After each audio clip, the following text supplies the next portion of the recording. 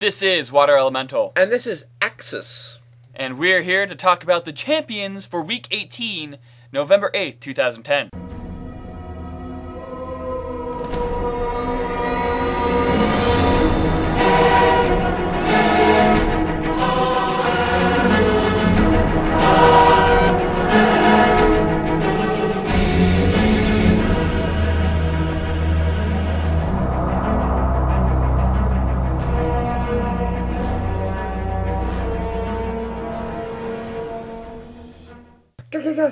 Oh, come on! I'm going to roll you outside of the door. All right. So who are the champions this week, buddy? This week we have Akali. She probably uses an SMG. We have Aneva. She probably uses a noob tube. we have Ashe. She probably uses a Dragonov or something like that. We got Heimerdinger. He's probably a kill streak whore. You know, he has all little gadgets set up. We have Kog'Maw. I assume he uses an assault rifle. You're blending the two worlds together here. These people want the champions. They're not going to be using SMGs or anything like that. Maybe Heimer will be using... Okay, just let me finish. We have Rasmus, Rise. We have Tarik. And Poppy, who would probably use a shotgun again. I mean, she's friggin' all about getting in your face. And of course, Shen, I imagine he uses a silenced assault rifle or an SMG. Thank you. At least you had some dignity near the end, and then you lost it all again.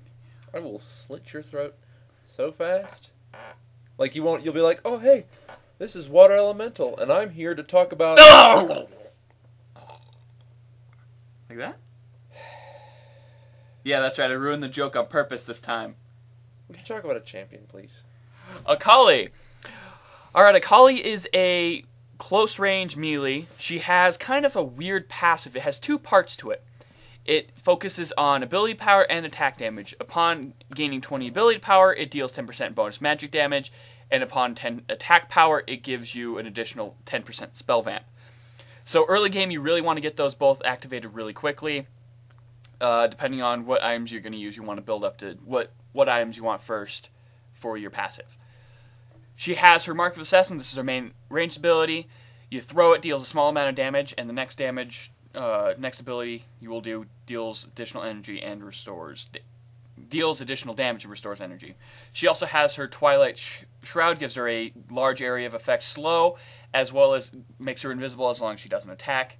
She has a area of effect close range, deals damage, gives you life steal, and she has her ult, which comes with 3 charges and lets you jump at an enemy target.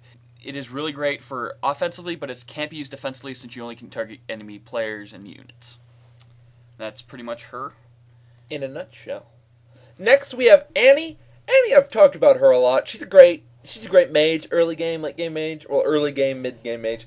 Late game, she kind of is lackluster, but because of the utility of her stun and some of her survivability, she's still a very solid champion. She dominates very early and has a lot of staying power with Disintegrate. It gets her mana back, and it puts out quite a bit of damage while having range. She has a small AoE with her cone attack, and she has a fire shield. And of course her ultimate is Tibbers, which is her bread and butter move.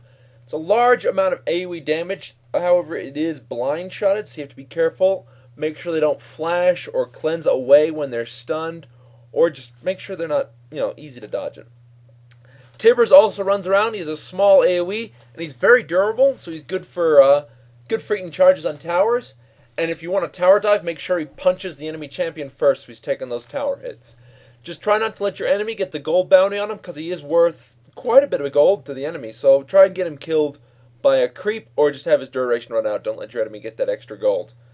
So yeah, Annie, take great pride in getting those good stuns off. And just be careful, try and end the game quick so that we don't lack luster late game. Next we have Ashe. She's making her weekly appearance again. She is a great range. She has a lot of slow. She got a lot of soft CC. She has her ultimate, which is the great stun that can hit across map. Her passive focus, giving her additional critical strike. She's great for waiting in the bush, getting that nice crit off, running away, waiting a little bit. Great for ganking. She's a solid hero. She's great range, and she's a great kiter. So, if you're looking for a great kiter, she's your woman. She's also a very good scout. With her Scout Hawk, she's very good to help, prevent the enemy from getting bear in. Helps you save money on wards. So, a very solid choice. especially if you don't like to be bogged down by things like wards, or if you just like to save gold and earn a lot of gold with bounty. That's really Ashe. Next we have Heimerdinger. Heimerdinger is kind of his own class. He's a turtler per se because the way he hides behind his turrets. Yeah, he's aggressive too. And he's really aggressive, especially for pushing towers and, you know, making a stand. He kind of moves things forward a bit. He has his turrets, which are his main ability. He can put up to 2 turrets that deal additional damage, as well as keep falling back. They're great for harassment, especially if you put them in the right places. He also has his concussion grenades, which blinds or stuns them depending how close they are to the center of the AoE effect. He also has his dummy fire rockets, which hit targets at random, dealing a good amount of damage. And he has his upgrade ability, which upgrades the turrets and make them slow enemy players. He also has his passive, which lets players gain additional health per 5 while they're near him. Yes, it also affects his turrets and actually your base turrets. However, it's not very potent, so don't depend on it. Next we have Kog'Maw. Kog'Maw is the anti-tank range DPS. He's got incredible range, incredible magic damage, a great slow, great bush revealing ability, great counters to invisibility. There's no real downside to him, actually. He's a very good champion. He doesn't have a reliable escape mechanism, but that is, of course, easily remedied by Ghost, Flash, or Cleanse, because he has a slow to back him up. He does very well with items like Maldred's Blood Razor, and because of the way his passives works, he doesn't need too much attack speed items, so you can put a lot of damage and a lot of critical strike items on him, and Maldred's Blood Razor, and be very effective. Investing in items that slow, or just keeping an eye on Lizard buff, is very deadly with him because of the range. It makes it very difficult for your opponents to escape you. Also, because he has such great range on his ultimate, he's just a very good assassination type hero, because there's no real way to get away from him if he has a reliable slow, which is what makes Frozen Mallet and Lizard so good on him. His early game is kind of weak, but as long as you keep on the offensive, you pretty much will win in the lane you're in. Just be offensive, but don't be stupid, is I guess what I'll say. But that's Kog'Maw for this week. He's a great anti-tank hero, and he's got a lot of range, so try him out, especially against the short range characters this week. Next we have Rammus. Rammus is one of the 2 tanks, though arguably 3 tanks. He's got a lot of protection. He can move very quickly across the battlefield. He can get the fastest move speed, I think, in the game. I'm not 100%, but I'm pretty sure he's the fastest moving champion, completely stacked. He's got a really good AoE taunt, so you run in there, slow everybody with your power ball, taunt everybody. Very good. It's like an AoE slow snare, for God's sakes. And then he's got his defense balls curl, which is really what makes him an exceptional tank. The sheer amount of protection he gets out of this defensive curl is just really incredible. Literally, hundreds of armor and magic resist points.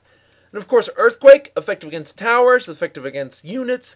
It's a very potent cocktail of damage, especially combined with his taunt and his, just his overall durability. He can pretty much get in there and they'll try and beat you down, but they can't while they're taking damage from this, while they're getting taunted. So Rammus, very good champion this week. He's got a slow CC, he's got a lot of movement speed, great initiator. Next, we have Ryze. Ryze is another mage this week. He's sort of like a melee mage, to be honest. He has to get right up in the face of the enemies to deal his damage, and because if you don't you can't get all the damage you would like. But he does have a very good snare, very effective snare, so it kind of helps with that. But outside that snare, he doesn't have a real escape mechanism. And once his cooldowns are down, he's pretty much done for. So Ryze, make sure you kill the enemy on the first pass. Try not to give him a chance to destroy you, because, oh boy, they will. That said, he scales very well with mana. He scales very well with AP. So, he's a very good champion that you can build some AP, some mana on, and then put a lot of money into things like Rods of Ages or you know, Crystal just Scepter. Crystal Scepter. Good survivability items. Next we have Tarik. A lot of people say he's a healer, but some people do play him as a tank, all depending on what your playstyle is. Mainly he's an aura bot. You like to build him with a bunch of auras. He has a great sustainability.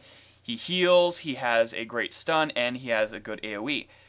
He does have a lot of laning capabilities since he can gain mana back from each one of his attacks, and his heal reduces cooldown with each hit. So he can stay there very long. He can tank towers this way because every time he deals damage to anything, his heal comes back up. So he can heal himself over and over again until he runs out of mana, most likely being able to take out the turret. He also has his ult, which is an aura that gives increased damage, ability power, and health over time to himself. Great for offensively and running away, because with little mana you can still gain some health back. Very good if you want to play him defensively or offensively. Depends how you want to feel. Next we have Poppy, which is another tank this week. Poppy, she's been really well as far as a damaging character. She has her charge, she has an increased movement speed, and she has a really nice, powerful ability that deals damage. Her ultimate is what makes her shine, is because it makes you invincible all damage except for the target you are targeting. That said, they can deal double damage to you as well as you deal double damage to them, so it's kind of a trade-off. But if you put it on a target that isn't near your area, like if you put it on a minion or something, nothing can hurt you except for that minion. She is great for harassment as well as great for tanking. I've seen a lot of ability power built on her with sheens and stuff like that make her really, really good. Except for I do not like her skin. That's the only thing I hate about her. Lollipoppy! Yeah! Next we have Shen. Shen, I'm going to say, is probably one of the better tanks out there, just because of his map awareness. You could say that he doesn't quite have the movement speed that Rammus does. He doesn't have the slow like Rammus does. But he can take down quite a bit of champions. His stun, or I'm sorry, his taunt is very, very nice. It doesn't quite have the AoE that you might want, like with Rammus's case, but because you can kind of dash through, because it has two purposes, I think it's actually a little bit better, because you can get maybe 2, maybe 3 champions with Rammus's, but you can get 2 with Shen's, or you can jump over a wall and get away.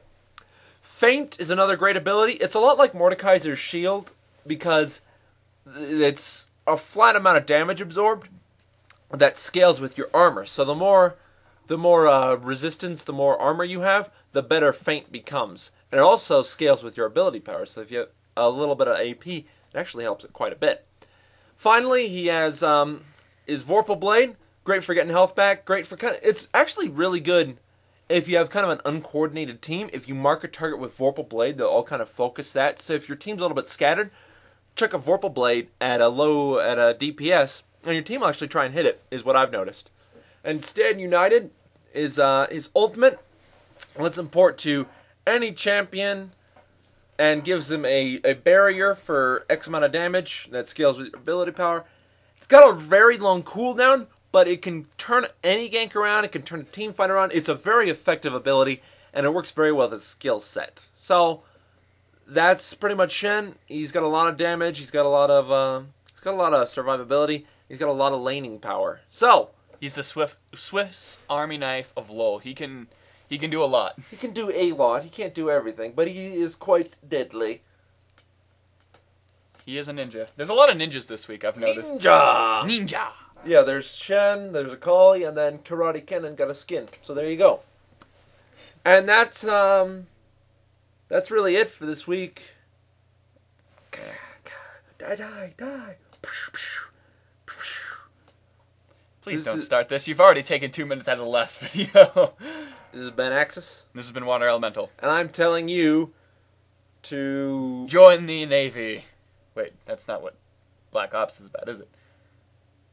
Die, noob! Goo goo goo goo goo goo goo goo goo goo goo goo. Cover me! I'm reloading. I can't wait until this phase passes by and the next game comes out.